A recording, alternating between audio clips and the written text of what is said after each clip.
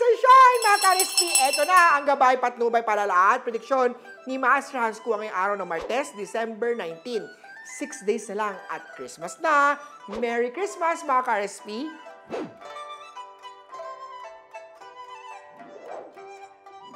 Simulan natin ang mga pinanganak ng Year of the Rat. Nasa iyo ang health, love life, at money luck star. Pero madali namang mag-init ang iyong ulo. Ang malaga, maging flexible and productive ka. Hindi makakatulong ang pagiging matigas ang ulo. Yellow at 16 ang swerte sa Year of the Rat. Para naman sa Year of the Ox, happy love life star activated. Good mood si partner, kaya naman siya ang maglilibre sa iyo. Green at 8 ang swerte kay Year of the Ox. Sa Year of the Tiger naman tayo, investment star activated para sa inyong mag-asawa. Brown at 19 ang swerte sa Year of the Tiger.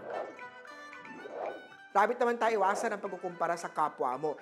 Hindi ka kagaya ng iba, unique ka. Yellow at 1 ang swerte kay Year of the Rabbit. Ikaw naman ang magsisilbing leader sa trabaho ng Year of the Dragon. Huwag mahiyang sabihin ang tunay na nararamdaman, lalo sa manliligaw pa lang yan. Purple at 10 ang swerte kay Year of the Dragon. Pagdating sa kaibigan sa mga Year of the Snake, may isang taong tutulong sa iyo. Ang helpful word star naman ay nasa chart. 3 at gold ang swerte kay Year of the Snake.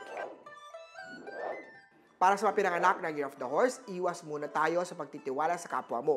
May magandang idea na naisip ngayong araw, kaya ipagpatuloy ang magandang nasimulan. Magiging stable ka pagdating naman sa career, magsuot ng Black Onyx pangkontrihan ng negative star. Pink at 20 ang swerte kay Horse.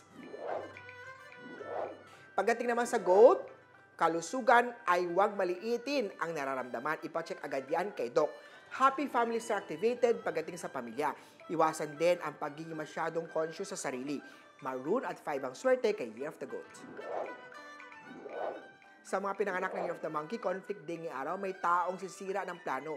Pagdating sa pera, may money loss star. Kaya iwasan muna ang pagiging magastos sa mga bagay na hindi naman kailangan. Magsuot ng jade na crystal para sa money star activated. Aqua at 17 ang swerte kay Year of the Monkey.